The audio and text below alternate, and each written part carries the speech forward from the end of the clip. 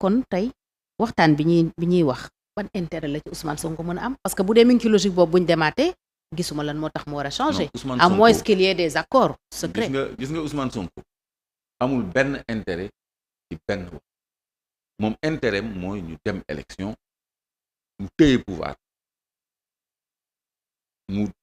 pouvoir bi doxal parce que moom même pour ñu libérer ko mais c'est amatul pression boobu parce que quel que soit alpha bu yàggee ba yàgg fii ak mois de mai dinañu tëgg élection maanaam bu ñu forcé bu ñu tegee cas de figure yëpp démission remplacement ak yooyu tout ça dinañu tëgg élection te bu ñu tëggee élection au mois de mai bu ñu tëggee élection day génn ci kaso. kon amul intérêt ci waxtaan bi. amul benn intérêt ci waxtaan bi benn avantage rek la ci am mooy li am ni la libération de ces détenus kooku c'est un acquis mais sur le plan politique et sur le plan électoral moom intérêt mooy ñu dem élection.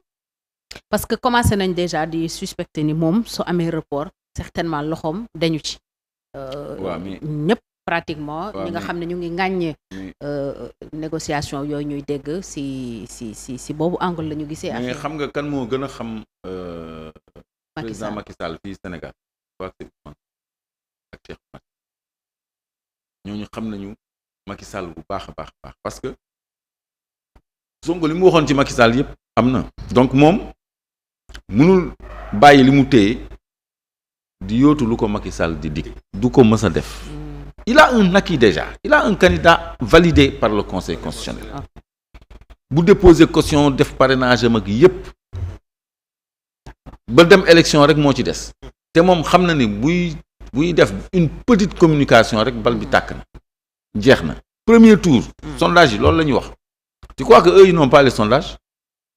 alors noo liree arrestation wu Ngagne Demba Touré dans ce contexte de décrispation de pacification de pardon même et de réconciliation c'est quand même un peu paradoxal wala mun nañ ko jàppee lu mënul ñàkk il faut ñu def ko peut-être pour avancer vers. waaw moi je vais être positif je crois que c'est juste l'exécution d'un mandat d'arrêt international boo xam ne boo ko exécuté wul aussi c'est un peu gênant par rapport à la loi te day doon un précédent boo xam ne wartu mën a nekk.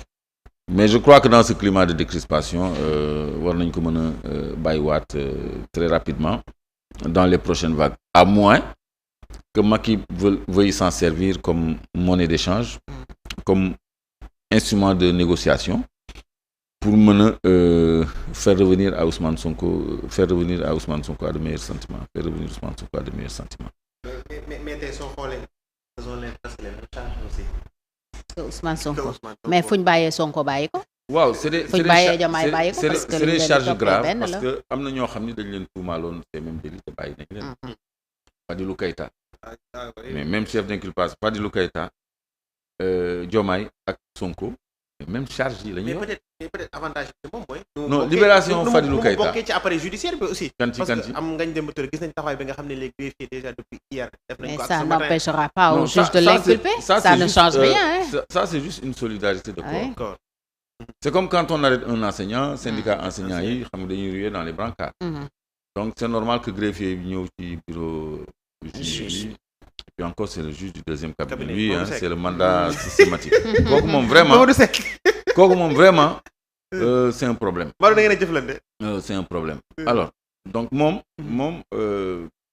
bon j'espère que gravité chef d'inculpation yi waruñu ko tenir en considération parce que libération Fadilou Keïta moo la jàngat. parce que on lui reproche la même chose que Diomaye et Ousmane Sonko. donc fu ñu mënee bàyyee kooku mën nañu bàyyi le reste. alors que bi ñu koy arrêté à la base c'était juste une question. c'était un poste. oui où il a posé une question. mais Hadjibou Soumaré posé wu fi benn question. ñu ni ko taral convoqué ko yóbbu ko garde à vue. mais on est dans une dictature. on peut même plus se poser des questions on peut même plus faire des analyses Oustaz Assane Seck. bu ñu arrêté Sonko li fi amoon na fi amaat y aura des troubles à l'ordre public et cetera on l'emprisonne. Toussaint Manga qui fait une allégorie ñu ni ko voilà qui fait des allusions même l'allusion on te met en prison Toussaint il n'a fait que des allusions xam nga ñu yóbbu ko prison donc on est dans un pays de restriction de liberté léegi nag ñoom ils veulent rectifier le tir parce que fi mu nekk nii xam naa ni bu ñu libéré ñoo xam dañ leen accuser d'atteinte grave à la sûreté d'État, d'actes et manœuvres de nature à jeter le discrédit sur les institutions ou à occasionner des troubles politiques graves, et cetera ñu bàyyi leen mën nañu bàyyi Ngagne Demba Touré. Donc c'est les mêmes chefs d'inculpation, c'est des inculpations politiques. Ñun les hommes politiques, atteinte à la sûreté de l'État, actes et manœuvres de nature à occasionner des troubles politiques graves. Offense au chef de l'État. boo nee le 2 avril bu fi Macky nekkee président na ñëpp jóg xeex loolu bañ loolu jàmbarloog moom ñu collé la ko. yow est-ce que duñ la ko collé nag yaa ngi koy wax de. man ci wax ko laa dëkk. parce que contexte bi xam nga ñun. yàlla daf ñu nattoo ñu nekk ci sàppe bu njëkk bi. en première ligne. ba noppi am accès à la parole publique. bokkuma man ak ku nekk dans son salon wala autour de son thé di wax son opinion comme il le veut. Moi je le dis en public. Donc mënuma nekk en public ba noppi di mesurer samay kàddu pour me mettre en sécurité juridique. loolu bu fekkee ni day waroo ak li ma xalaat man duma ko mën. Donc je suis obligé d'assumer que la constitution doit être défendue. Parce que c'est la constitution qui dit nul ne peut exercer légistique dafa important. Nul ne peut exercer. Donc si on l'empêche d'exercer, on protège la constitution. Nul ne peut exercer plus de 2 mandats consécutifs. Le mandat est de 5 ans. La durée du mandat ne peut faire l'objet d'aucune modification. 103. kon luñ ma ci teg ma gàlloo ko parce que dama jàpp ni man maa ngi ci yoon maa ngi ci constitution. te ci loolu laay woo ñëpp parce que président Macky Sall moo njëkk a waat ni moom day défendre constitution. Je jure devant Dieu et devant la nation d'observer comme de faire observer scrupuleusement loolu Sénégal yëpp war nañ ko xam la constitution et les lois. Donc su ko deful nous on se substituera à sa mission pour le faire. Donc loolu rek la touche pas à ma constitution jógoon na fi ce slogan. Je crois que c'est le moment de réactualiser ce slogan pour qu'on ne touche point à notre constitution. Surtout que moom moo investir ay milliards pour verrouiller cette disposition de la durée du mandat. Le référendum. Et du nombre de mandats. Mais comment ils peuvent violer ça? Quand même, il faut qu'on respecte les gens. Alors, à quel Macky se fier, Clédor? On parle de pacification, mais on continue de gazer des opposants. Yoo xam ne quand même ñu ngi far ci kaw Ousmane Sonko quoi qu'on dise ku mel ni docteur Cheikh Tidiane Dièye. Naka la ñu war a comprendre attitude boobu est-ce que réellement tey war nañu mun a gëm ne nous sommes dans une pacification wala cette pacification est désormais troublée par l'arrestation de Ngagne Demba ak li ñu gazé ku mel ni docteur Cheikh Tidiane Dièye. Non, c'est souffler le chaud et le froid. te souffler le chaud et le froid te Macky boo comprendre formatage intellectuel am psychologique am mais il vous dit ñëw leen ñu waxtaan. Mais attention ñu jubawul leneen mën na ci xew. Avant ça il dit ku gedd sa yaay ay ñëw leen ñu waxtaan mais je n'oblige personne ku bëggul sa affaire la. ku ñëwul doo bokk. ku ñëwul sa affaire la en fait. Loolu c'est de l'autoritarisme. C'est de l'arrogance même. Donc kooku ak lu mu la woo mu ngi làq yet ci gannaaw. C'est ça Macky Sall. Faut toujours faire attention. waaw parce que moom bu nekkee en mauvaise posture rek lay nekk dans de bonnes dispositions. Je vous ai compris, on va régler les problèmes. bi mu demee ba baax li fi amoon dootu fi am dëkk bi duñ ko bàyyi mu kii ñi nekk seen gannaaw ordinateur yi di kàcc comme booy commencé def ay postes ñu jàpp leen. C'est ça Macky Sall. Mais quand il est dos au mur, il se cherche une porte de sortie. C'est quelqu'un qui est prêt à tout pour sa survie politique.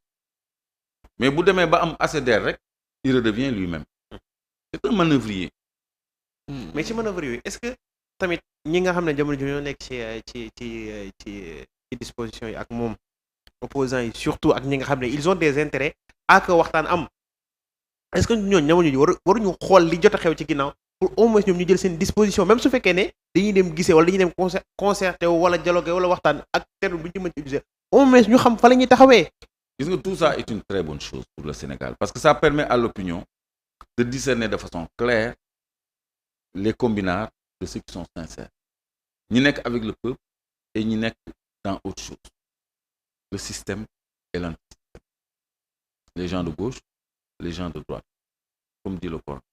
day leer dañuy discerner de façon claire les masques vont tomber très bientôt et les masques ont commencé à tomber d'ailleurs boobaa l'opinion va faire le tri dañu xam ñan ñoo ànd ak ñoom les populations ak ñan ñoo nekk pour leurs intérêts donc et suñu demee ci élection c'est cette sanction là qui va se faire mais li président wax démb conseil des ministres donc on tend vers quoi parce que li mu wax lan la wax conseil des ministres loolu parce que tu fais allusion à quoi organiser élection ci nu mu gën a gaawee waaw ñoo ngi xaar décret donc lan moo gën a gaaw organiser élection ci nu mu gën a gaawee ci wàllum koppar bi moo ngi ko doon waxaat moo ngi waxaat ministère de l'intérieur ñu gën a jekk defaraat taxawaay pour suñu organiser élection mu nekk organisation mu ci ay donc moom je peux dire que dans la communication publique moo ngi waaj moo ngi mettre dans la tête des Sénégalais que une élection sera organisée normalement bientôt dans les plus brefs délais pour reprendre kàddu yi ñu ko sàkko maintenant